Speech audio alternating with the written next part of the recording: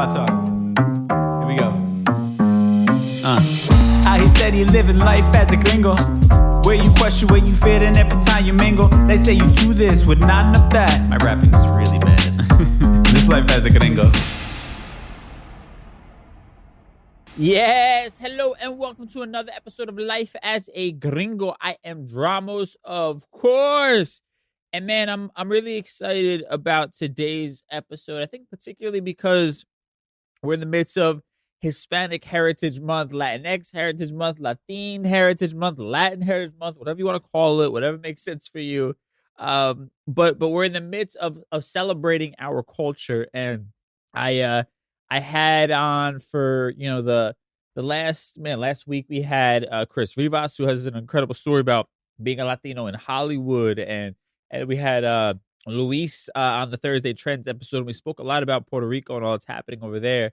And today I wanted to share an interview that I did. It was probably a week after we ended season 1. It was just one of those things where I couldn't fit it in schedule-wise into last season. But it's one of those ones that I want to make sure you guys get to hear, because I just think this person has such an incredible story. And it's Doris Anahi. And anybody who's not familiar, I had actually mentioned Disney getting behind a documentary about 2 Latin women. And actually, this is Doris's documentary, just kind of the way the universe works.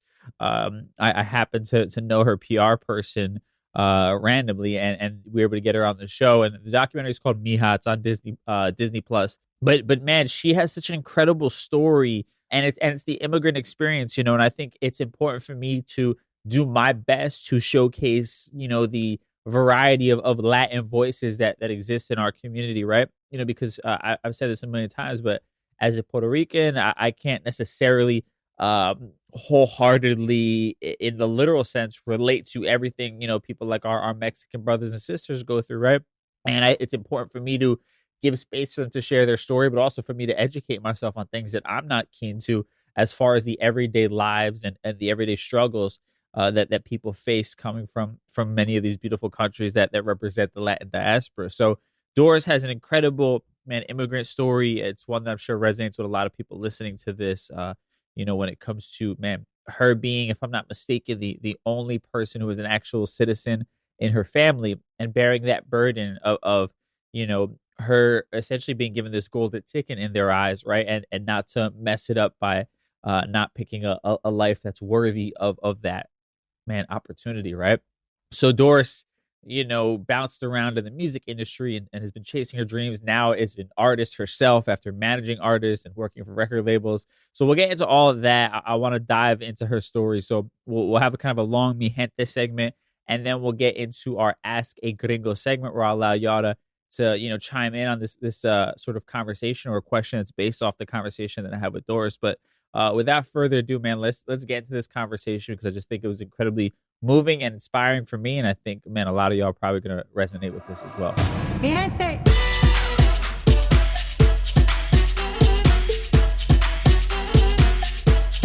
My guest today is the focus of the new Disney Plus documentary, Mija. She also has her debut EP, Aprendiendo por las Malas, which I know I just butchered a bit here with my broken Spanish, but it is out everywhere right now. Doris Anahi, how you doing? I'm doing as good as can be right now. It's a big roller coaster ride, but we're holding on tight. I love that. I love the honesty in that answer right now, because most people would just kind of be like bullshitting a little bit, like, "Oh, greatest ride ever. I'm having the best time." Oh, for sure. Oh no, I'm gonna be real as hell that it has its ups and downs, and every day is different. But I'm super grateful to be here. Like, why not? I mean, that's a beautiful thing. I mean, I'm guessing you're talking about. I mean, it's, I'm sure, a lot of pressure, a lot of work, a lot of time going into promoting this and putting your story out there is, I'm sure, what you're kind of expressing, if I'm not mistaken. Oh yeah, I mean, I think it's like, sorry, my perrita.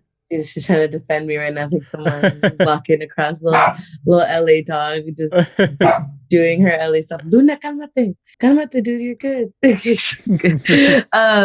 Yeah, I mean, it's a lot of travel. Like, people think it's glamorous, but it's like, sometimes you take a red eye to New York and then your terminal gets shut down and then your flight gets delayed 12 hours and then, you know, like it isn't all a walk in the park. It's absolutely work, and travel takes a toll on you, and your schedule is slammed, but it's like I'm doing things that I would have never imagined, like far beyond the realm of my imagination, that's for sure. So it's holding space for both, right? Where like, I'm grateful for all of this, but I'm like, oh my God, it's a lot. You're running here, you're running there. Right. You try to find moments for yourself, but it's a balancing act of trying to remain sane. I can only imagine. Exactly. Let's kind of talk about this whole story of yours for anybody not familiar,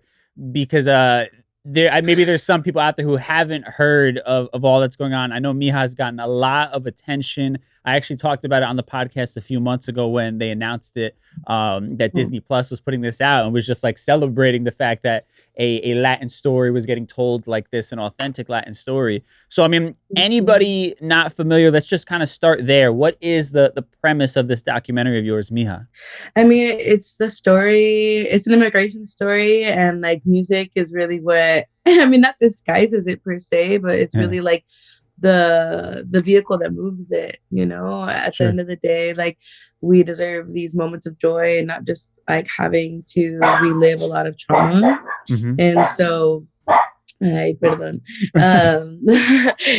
her in the background, she's defending my honor right now. But it's about the complex narrative of being a kid of immigrants in the United States, and that, like, you know, that I say this in the film, but like how dreaming big does take a toll, you know, and living with that pressure to succeed in order to honor your parents' sacrifice to come to this country. And I think like not many stories really tell that, and so it's vulnerable, it's honest, and so it's at the intersect of music and immigration, and I think would really connect intergenerationally. I want to focus on something you just said, because I'm connecting to, and I'd love for you to kind of expound upon it a bit. Dreaming big takes a toll. Kind of break that down a little bit. What does that exactly mean? Because I think it's not spoken about quite enough. You know, we hear all these glamorized stories of people coming up, but, you know, we quite frequently don't hear kind of all that comes along with, you know, trying to bring these ideas to life. And the bigger your ideas get, you know, the more trouble that you also invite in. So, I mean, let's kind of talk about that a bit. Oh, yeah, that's a very true statement right there. It's like, there's more money, more problems. Right. But in a more expanded way. Yeah, I mean, I think my whole journey trying to make it in the music industry is reflective of that. You know, like, it wasn't until like my last year in college that I decided to pursue the music industry instead of pursuing like an education. Like I was going to be a teacher, and then I completely switched gear before I was about to start my credential program and tried to like make my way into the music industry. And I learned my lessons very early on when, you know, I was like, oh, you have to work for free to like try to get a job. Right. And so that was like my era of interning and having to like do like the wildest turnovers, because I was given opportunity and I wanted to say yes to every opportunity. Because I think as a kid of immigrants who didn't really have like a blueprint before them, you know, we don't really get to experience the blessings of nepotism in the entertainment industry. We can't say no to an opportunity. And so I remember interning in Hollywood Monday nights and closing at like 1 a.m, and then having to be in Beverly Hills to intern at Sony at 9 a.m. Like, sometimes I just slept in my car because there was no point in driving back to like Orange County where I was going to school to like make my way back to LA. So when I started working in the music industry, you know, I had big dreams of, and I got a job as like a tour manager, as a day-to-day manager for a pop artist signed to Columbia Records. And then later that fall, a few months after I finally moved back to LA, I got let go because there was no budget for me anymore. And I learned my big lesson in the music industry that nothing is stable there. And so, you know, I had to like fall on my face a bit, you know, temp. You know, I was a front desk girly for some time, you know, doing coat check, working the door, passing out flyers, driving Uber, like the whole thing. And then I started my own company. And then that was 3 years of like absolute, like a similar roller coaster ride. We were traveling all over the world. All of our dreams were coming true. And then come 2020, the pandemic happens and my entire industry is shut down. Right. You know, so I think that's what I refer to when it comes to dreaming big takes a toll, because dreaming big requires a risk. Yep.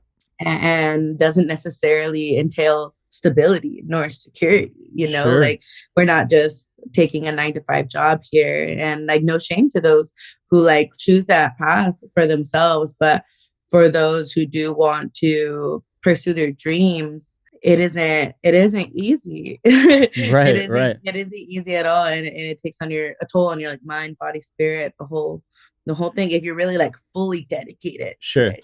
Sure. I want to talk about the trauma of the music industry a little bit, because I have a similar story throughout my path, you know, playing in bands and then, you know, interning at record labels, working in radio, and now podcasting. But, you know, I've gone through a similar story, and I've only now come to a place in my life where I feel comfortable saying no to particular opportunities, right?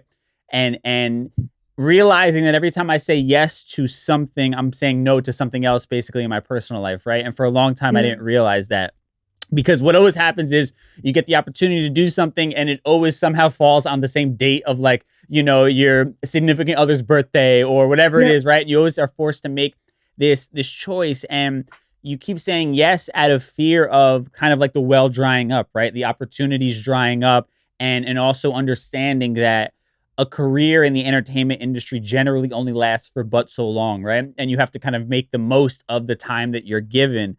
So, I mean, let's kind of touch on a little bit of that. You know, I mean, I'm sure you've gone through the ups and downs of trying to find the balance in your life while still trying to pursue this career. I mean, can you kind of talk about some of those struggles, and have you found any of that balance?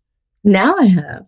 Okay. Now I have. I think now that we're in promo land, I am totally conscious that like I'm here to like do the work. I'm here to like to champion what we're doing and carry this film on my back. Like I really like believe in what's happening right now, what we're doing. But like if you asked me this same question like a few years ago, I was full like, what is it? Gaslight, girl boss, gatekeep. Like not full on that. But I was definitely in that like girl boss mindset of like burning myself to the ground. Like I burned out hard, and I crashed in the pandemic. Like when I finally stopped. Because I mean, for 3 years prior to the pandemic, I started my company in 2017. And all of a sudden, like I was nonstop touring. Like I was touring from the moment I graduated college in 2016 to when I started managing. Like 2017 was a little bit of a lull, and then we like picked it back up, and then we were like nonstop touring. And on top of all of that, like I think people started to acknowledge the work that I was doing as a manager as well. So on top of doing the work as a manager, I was also doing the work of like going to like speak at universities or speaking at high schools. And like that comes from the heart, you know, or then I was starting to get asked to like speak at panels and stuff like industry wise. And it all came from a good place of wanting to like pass along knowledge or connect with community that like really needs to feel like represented in, you know, there's not a lot of Latinas in the music industry, especially in the general market. And so I kept saying yes to everything. Like, and I referred to this in the film, that like I was like smashing myself into like a million pieces to give it to everyone else except myself. And so I think like as you grow in your career, you can afford to say no, right? Or say, no, thank you, not right now. And like, you know, you can find a way to leave a door open or have it be, you know, like it's all love, it's all respect. It's just I don't have the bandwidth right now.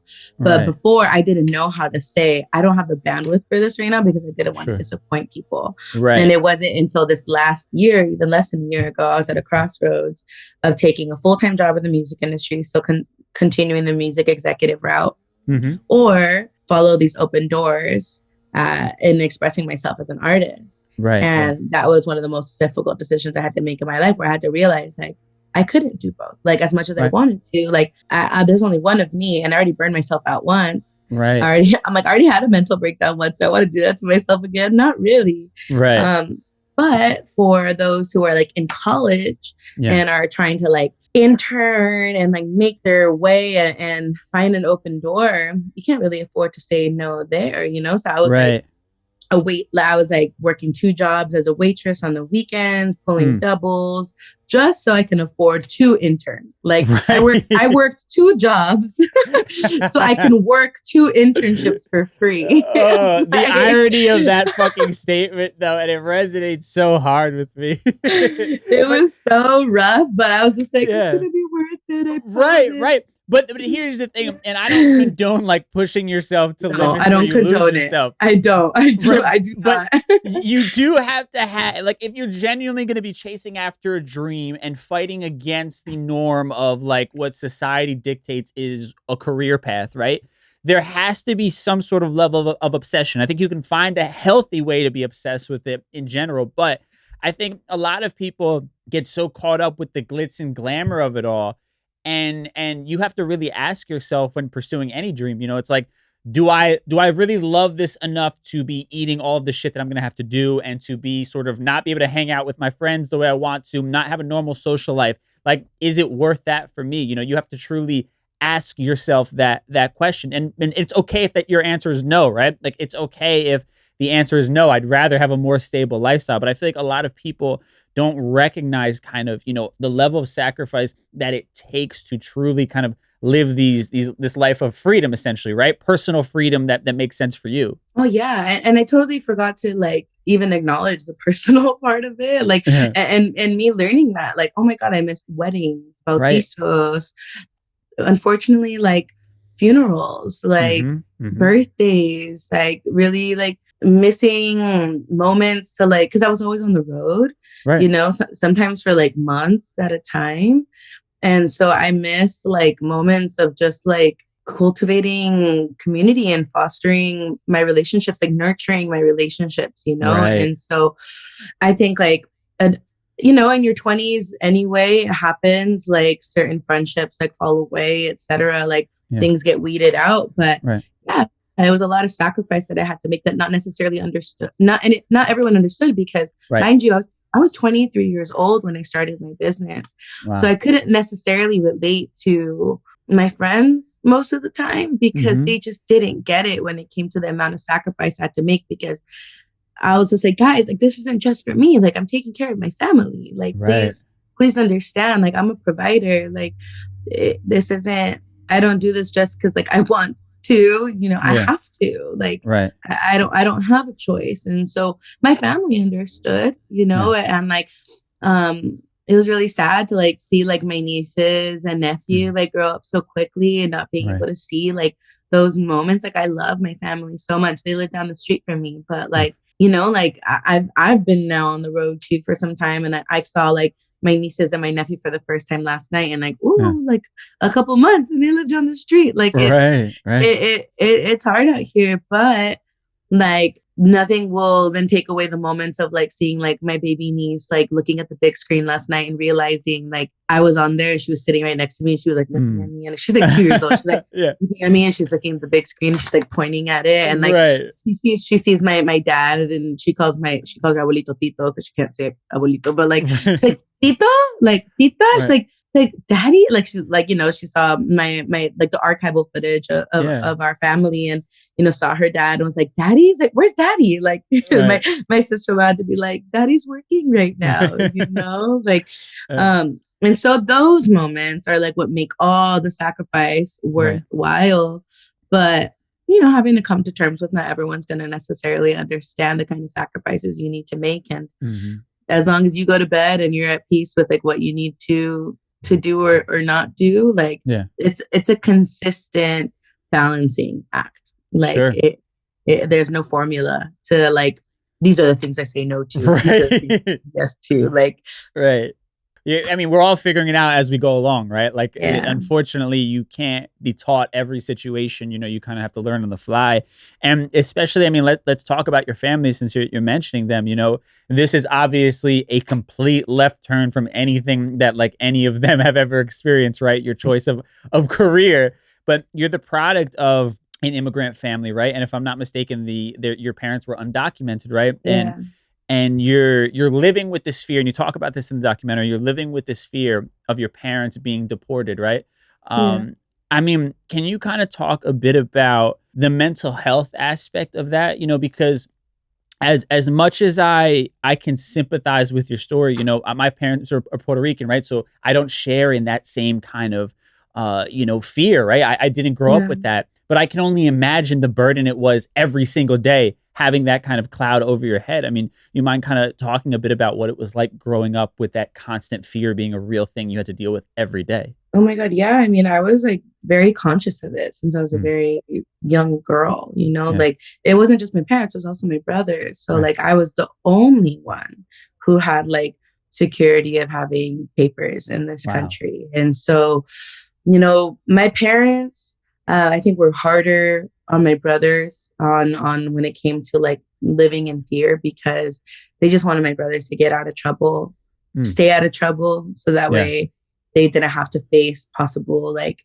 run-ins with law enforcement that then would out the whole family. Right. And so I think like my oldest brother really internalized that and then passed that along to me and was very hard on me growing up. But I know it was like tough love because he wanted me to succeed, because he saw that what I specifically remember him telling me is that like, you have the key to this country and it's called the social security number. I don't have that. Your brother doesn't have that. Our parents don't have that. You have that. You're the only one in this family that has that. You can go to college. You can get a job. I can't do that. Go and do that for us, like. And so imagine that, like me, like 7 years old, like, like taking that in. And so my trauma response was overachieving. And so and it followed me my whole life. And so from a young girl, like I remember my tia telling me she wanted me to be an abogada to help our people. Right. And I was like, all right, bet. I'm 7 years old and you want me to be an immigration judge. Like, I want to legally blonde ones. I'm down to go to Harvard. Like, let's do this. And so like, since I was like in second grade, I was like sight set on like an Ivy League education and like doing everything that I could to like get like, I was a straight A student, and then high school happened. And then, that's when I really got to experience like the fear of my family possibly like being stripped away from me, like happened in real life. And like both my brothers were detained while I was in high school and weren't deported, but like the both of them separately had their moments with ICE. And my mom got like pulled over by the police, and our car got repossessed because she was driving without a license, because undocumented, you can't get a license. Well, now you can, but like and so seeing that and like seeing my dad lose his job because he didn't have the proper documentation, and like all of this weight really crushed me. And I think in high school, I think it was the first time that I ever saw that manifest like in real mental health, like problems that I didn't even know the language to like name it. Right. Like I had like my first like anxiety attack in high school, and I had no idea what it even was. And it affected me, and it affected my grades. And like, it's, when I was in high school, I started being creative, and I was like in choir and in theater, but I was also like an ASB kid, and I was an all honors AP student, and I was carrying a lot, and I had no idea what toll that would take on me at such a young age. But like my therapist, I've been doing the work, the work we say in this house, and love it. My therapist just reminds me is that I was consistently living in survival mode, every single day, waking up with the fear that one day this could be the day I come home from school and my family isn't there. Like that's so wild to me, that like, but I'm one of millions of kids that have to deal with that fear, living in a mixed status family, or there's 11 million undocumented immigrants in the United States, and they all have to live with that fear and still like live their day-to-day lives. And, as an adult, and really understanding how to name like, oh, okay, bouts of anxiety trigger depressive episodes, and then having to like manage that and maintain that. And like having those conversations with my parents and with my family, and like, having challenging conversations with like extended family surrounding, them not believing, quote unquote, believing in depression. And I'm like, that's crazy. What if I don't believe in your diabetes? That's wild. Right. Yeah, because it's like prayed away, right? It's like the old school mentality, you know, go to church and literally pray this thing away. I was raised in an evangelical church. I was raised in the ministry. I was raised singing in the church. I was raised by like tios y tias, you know, our pastors, worship leaders, etc. And so having a conversation surrounding mental health and like actually like doing the work to do so, like I didn't start seeing a therapist until like 3 years ago. And I wish I started going at a way younger age. Like I wish like our, you know, I think it's like an example of like falling through the cracks of the system, right? Because I remember having that anxiety attack in high school, and like my school nurse didn't do nothing. Like, girl, don't you see? Like, shouldn't you know like what my symptoms are presenting right now, and that like we have a conversation surrounding mental health or surrounding anxiety, and then maybe I can like start to seek help there. But like I went to school in the hood, so like we were very poorly funded high school, but you know, built character and it made me really strong.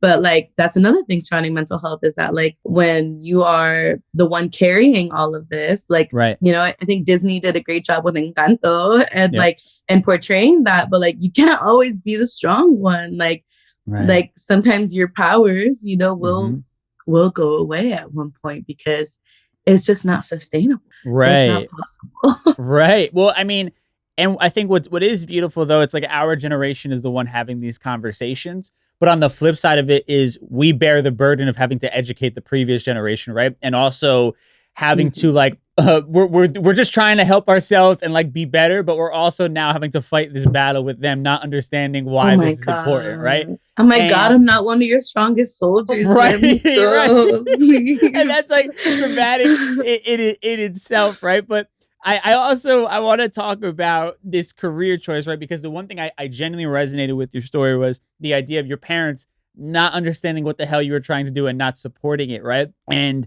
you know, for me, I resonate with the idea of being an overachiever, definitely not in high school, but as far as my career goes. But for me, it was more rebellion to prove them wrong, right? And I became obsessed with having these different check marks. Okay, I want to make more money than my father ever made in a year to prove him wrong, and I'm gonna show him that W-2, right? Let me buy a house with based on music money and show them that, right? That became my like mission in life, and eventually, obviously, led me to a burnout similar to what you're talking about. But I mean, you face it in a similar way of proving them wrong, but also having the burden of trying to be the breadwinner of the family, and then on top of that, being the only one, like your brother said, having the key to the country where literally you can do all the things that they dreamed of. So like my father wanted me to be a lawyer as well. That was the other thing that resonated. And it was because his dream was to be a lawyer, but he came from a poor family and then he got married young, so was never able to kind of pursue that, right? So that got pushed onto me. But man, talk to me a little bit about kind of the stages that you went through with like your family not only not supporting this, but also I can imagine almost to them feels like you're spitting in the face of all the sacrifice that they made to a degree by going after this silly career, quote unquote, I'm sure, of like playing music. Yeah, I mean, honestly, I think I'm very grateful. My immediate family aren't necessarily the ones who spit on it too much. It was more so my extended family. It was like my abuelito who didn't necessarily understand. My oldest brother is actually the one who was upset at me trying to pursue a career as a teacher. Wow. He's like, Doris, you're going to be so broke. What do you mean? Like you have all these, he's like, you have all these talents. Like go and get it. Like you can make more money than in 1 month than you do in 1 year as a teacher if you really like, you know, work hard. And like, you know, my specific like nuclear family, because of my mom, we're kind of given this like entrepreneurial spirit, you know, she participated in like 20 plus pyramid schemes for sure my whole life. Like Amway, we were part of Amway back in the day. Oh my God. Amway, Princess House, Avon, Mary Kay, Home Interiors, Kitchen Fair, the whole thing. And I would, you know, my mom didn't have couldn't afford a babysitter. So I was there with her door to door, sitting at all the little Mary Kay makeup parties. And I'm grateful for that because I learned skincare and how to do my makeup at a very young age. And more so just like the power of like speaking to people and what it means and building like I don't really love the word network. It cringes. It makes me cringe a bit. But my mom built like a nice little community of like señoras who like were always down to like join the new the new thing she was selling. And so, it's not really about selling the product. It's about getting people to like work with you, know? Right. That's the whole thing. And so, my nuclear family was very entrepreneurial. But my brothers just really wanted me to like get a degree, and not mess that up. And so like when I was like slipping in my grades in high school because all the stuff was going down with my family, it was like a catch-22. I'm like, don't y'all know that like I'm going through it because of y'all? Like, what's happening here?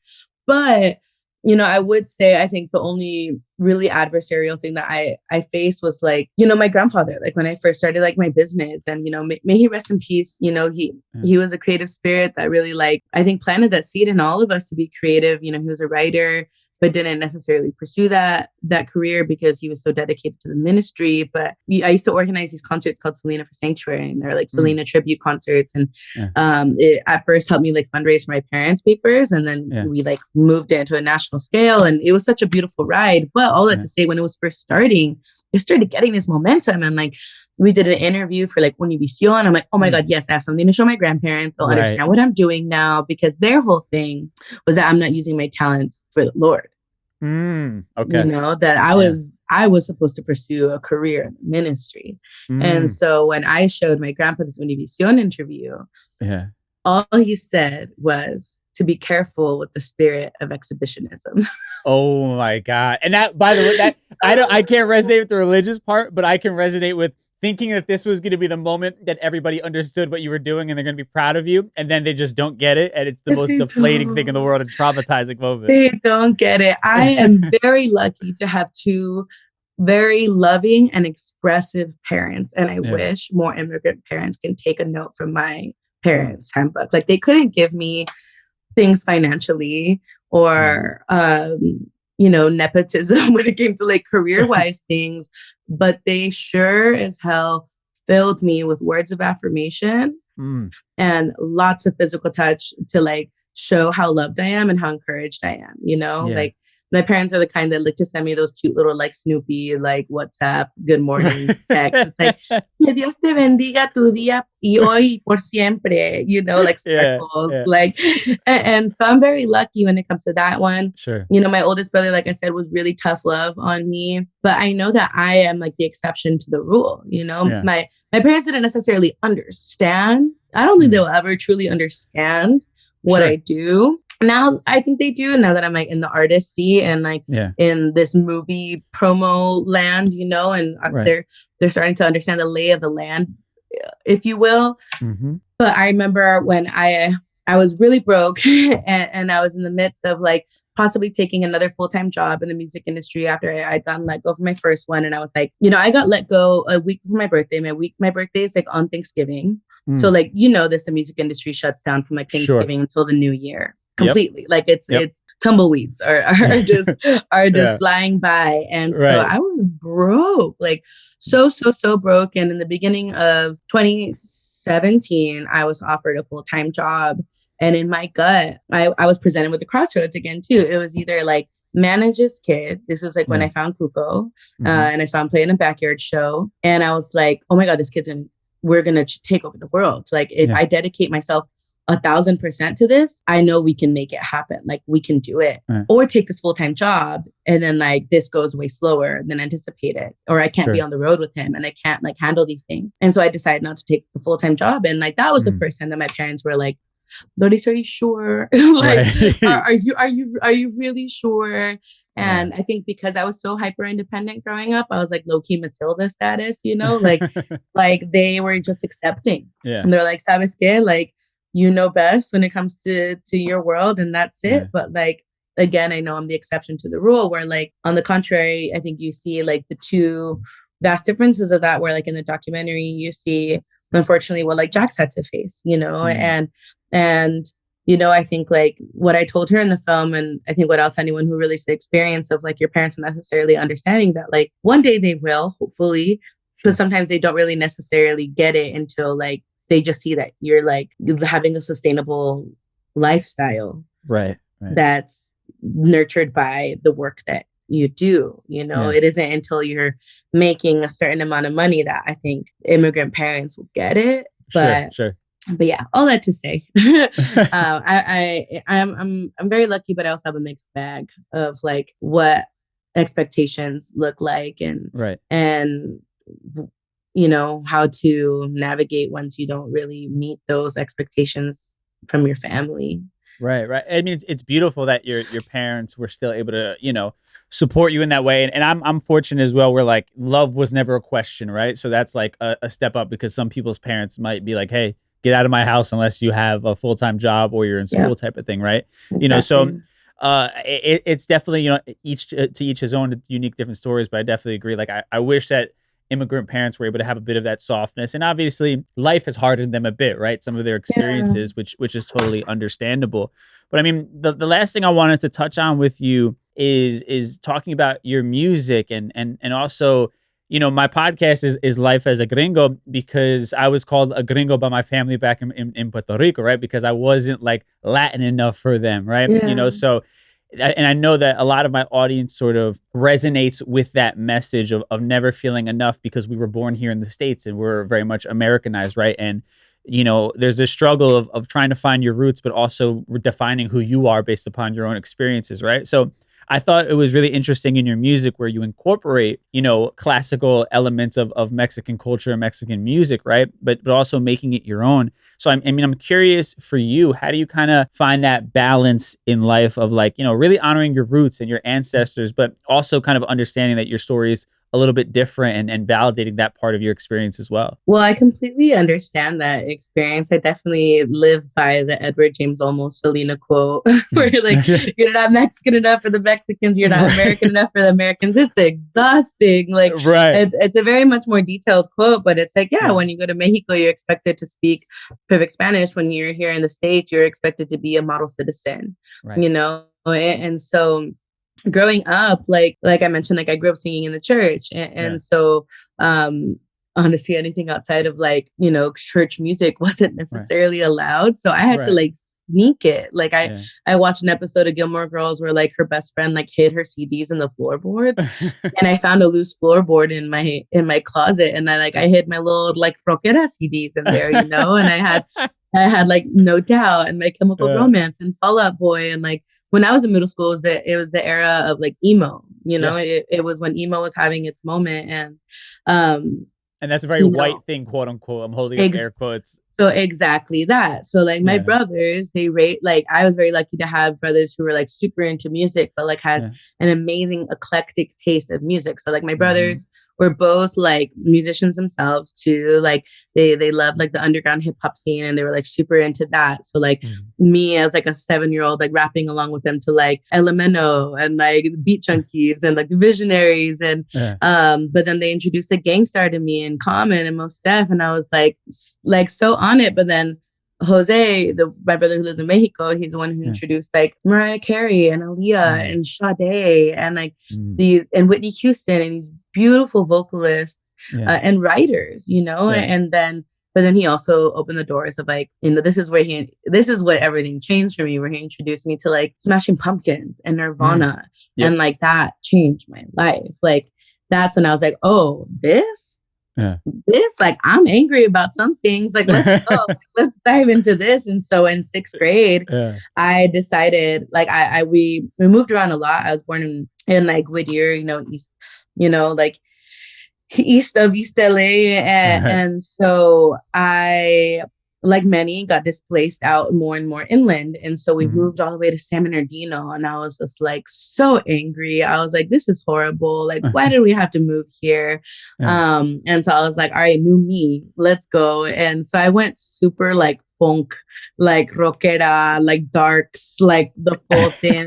Wearing all black, like discovered punk music. And that is when my oldest brother was like, why are you acting white? And I was like, what do you mean I'm acting white? I just like this music.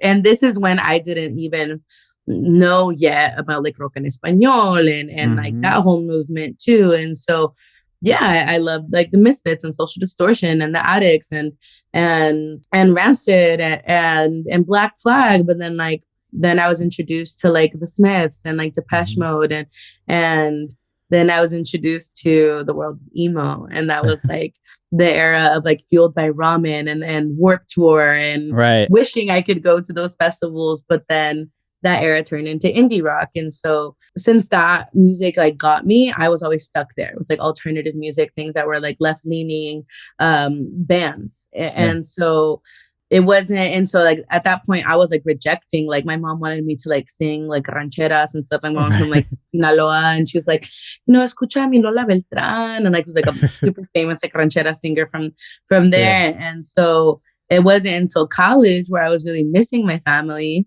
that like I would put on like Linda Ronstadt's like Canciones de Mi Padre album. And then that's when I found out about the rest of her career. And I was like, wait a second, she was Linda Ronstadt and the Stone Ponies. Wait a second, the Stone Ponies turned into the Eagles. Wait a second, she had a whole rock career and a country career and a folk career. And she did musicals too. Like, and I was like, wait a second, like I don't have to be just like a rockera. I don't have to be just listening to regional music. Like I can be all parts of that, you know? And so, and when I was in college, I got into like the whole singer-songwriter movement. And then it wasn't until these last few years when I had an opportunity to finally create myself that I think all parts of myself came to the table. And I got to honor my roots. I got to honor myself, my own taste.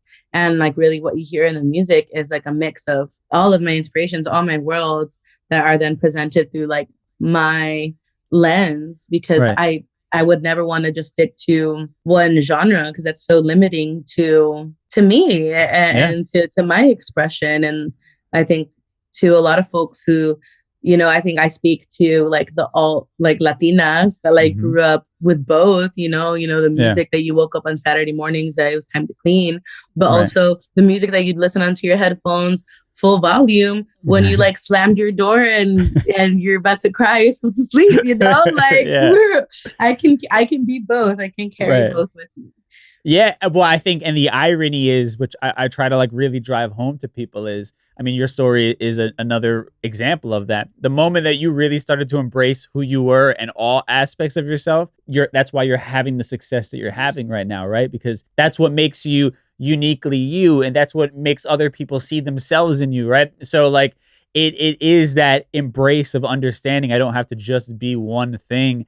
And that's your authenticity that makes it so powerful, right? Like makes you unstoppable, essentially, which I think is something I try to drive home to people. I think your story is a testament to that. Thank you so much for affirming that. I mean, that's all I want for people to find their connection and their parallel, and that like we're not a one size fits all kind of thing, you know? Yeah, no, 100%. Well, listen, I've enjoyed this conversation. I really love your perspective and your energy. I mean, let's talk about the film and everything. What are the plans moving forward with it? Obviously, Disney Plus is behind it, which big shout out to them. I would never have expected a documentary like this to be backed by Disney, but man, I love to see it, you know? So let's talk about what are the plans for the documentary moving forward. I mean, Disney coming to acquire the film was definitely a surprise for all of us. Yeah, that was a big move. That at the end of the day, the director's goal was to bring the story to the most accessible and global platform possible, so the people who need to see it can see it. And so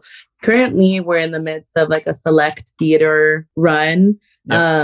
We are going to be doing and that's all been like free community screening. So actually tonight is like the last opportunity for people to catch in select theaters for free anyway. Nice. So that's been really cool to see. I was like, oh wait, y'all are actually pulling up. Y'all are actually going to watch the film and seeing people tag me and tag us in their posts of going to see it in New York and San Francisco and Los Angeles, where it's currently screening, and seeing that there is a demand for more. Like, okay, this is beautiful to see, and that like maybe in the future this can set precedent for, you know, these larger distribution companies to know that like we can like bring our community to like have a nationwide theatrical release. That's totally possible. But I know their goal is to really emphasize on the Disney Plus release because that's what's most accessible and like obviously the global campaign. So we are going to be having an Oscar qualifying run in September.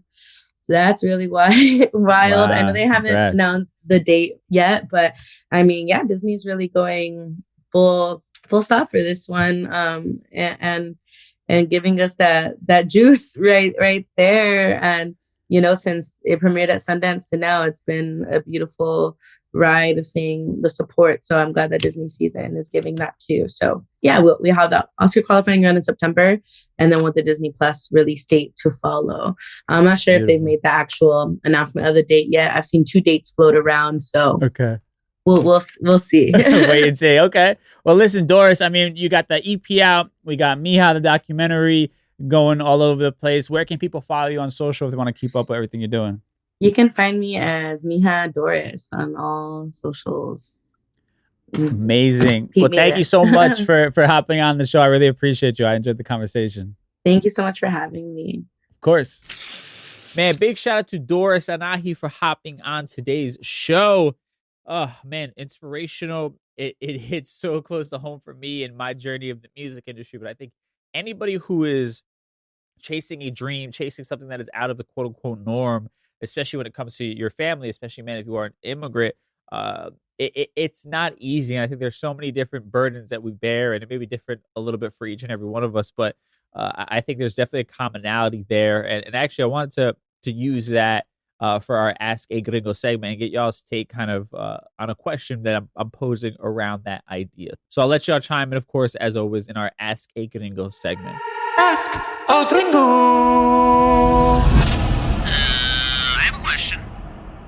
All right. So I asked a simple question today, kind of based on Doris's story. I mean, she's out there chasing her dreams, and man, her family was still showing her that love and support, even though they didn't understand what she was doing. And that's incredibly rare, and that was a beautiful thing to see, especially for somebody like me who had kind of not necessarily the opposite experience to a degree. My parents didn't necessarily support what I was doing. It took them a while to kind of be able to accept that I was going to be doing this job for a living, Now I wanted to ask y'all simply, has your family supported your dreams? How or how not? And I want to read a couple responses that I got on here. At Elizabeth_ZR says, yes, emotionally, not financially, but emotionally, 100%. That's what matters. And absolutely, I think for me, that resonates. And that's so beautiful, because for me, that was what was lacking, right? Again, my parents never kicked me out. My parents never let me go hungry. If I was ever in a bind, I knew I could come to them, in reason. Obviously, they weren't rich, but the emotional support for me that was lacking is what hurt the most, to not have that from your parents. That's something that led to me carrying around a lot of resentment towards them. So I think it's beautiful that your family was able to support you in that way.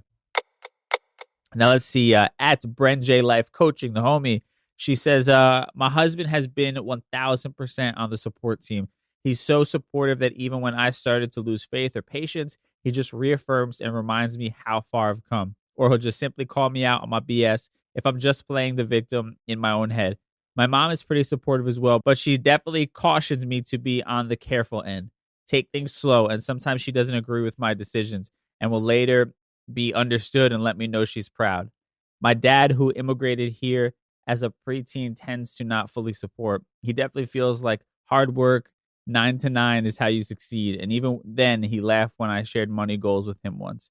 Yeah, so I mean, I think this is another beautiful thing, because you have people in your life who are supportive of you. It's great that you have a spouse who holds you accountable, but then also picks you up when you are kind of down and when you are doubting yourself, right? And I think that balance is so important. I know for me, that has been one of the biggest sort of life-changing things for me is in my current relationship, that my girlfriend does do that for me, right? She's there to kind of talk me off the ledge when needed, but at the same time also ask me the questions of holding myself accountable. Like, are you really putting in the amount of work needed, the amount of work in order for you to actually get upset or disappointed, or are you just kind of complaining it? And we'll kind of have that balancing act, and she's very sweet about the way that she does it. But I think it's important, to not only support, but at the same time hold each other accountable when it comes to if you're actually putting in that work or not, right? And I love that,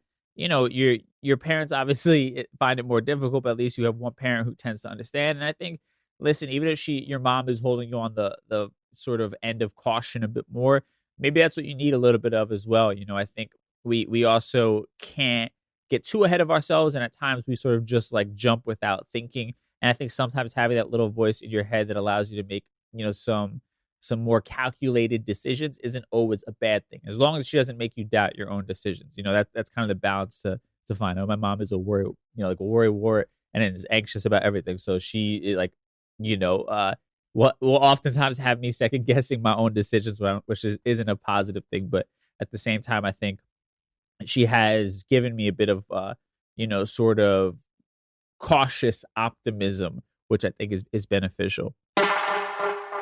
And last one I'll read here is at Quantius Johnson says, my family only started to support my dreams when they saw that I was serious. And quite frankly, I think that's the right way to do it. I was talking about this with my girl the other day, just like the idea of raising children and like, them showing interest in certain things and perhaps showing interest in creative fields. And for me, I think thinking ahead as a parent, I would support my kid going into a creative field, as long as they showed me that they were very serious about it, right? And that's the caveat. I'm not going to just blindly support some sort of pipe dream that you're feeding to yourself that you think is so easy to make it, and it just happens, overnight. But if my kid is serious about it, is putting in the work, putting in the reps, really thinking it through, I 100% will be there to support them and help facilitate in any way that I can. But I think definitely showing that you're serious to me is kind of the line, and then from there, all the support should follow. So I think your parents are definitely doing a great job there of holding you accountable, at least. And with that said, thank y'all so much for chiming in on our Ask a Gringo segment at DJ Dramos. If y'all want to be a part of these, I do it on Instagram. I pose a question usually for each and every episode. So you want to be a part of the conversation, hit me up at DJ Dramos. And now with that said, man, let's kind of tie everything we talked about today up in a neat little bow in a segment we call Conclusion Stew. Time for Conclusion Stew. Man, so with this one, for me, it was just inspiring. And I think the biggest takeaway from my conversation with Doris is like, allow yourself to just be open to life, right? And I think that's something I've talked about before. It's a reminder to myself, but we oftentimes get so caught up in like the idea we have in our head, or we think something is meant to last forever. And I just think you have to go with the flow of life and see what opportunities kind of come your way.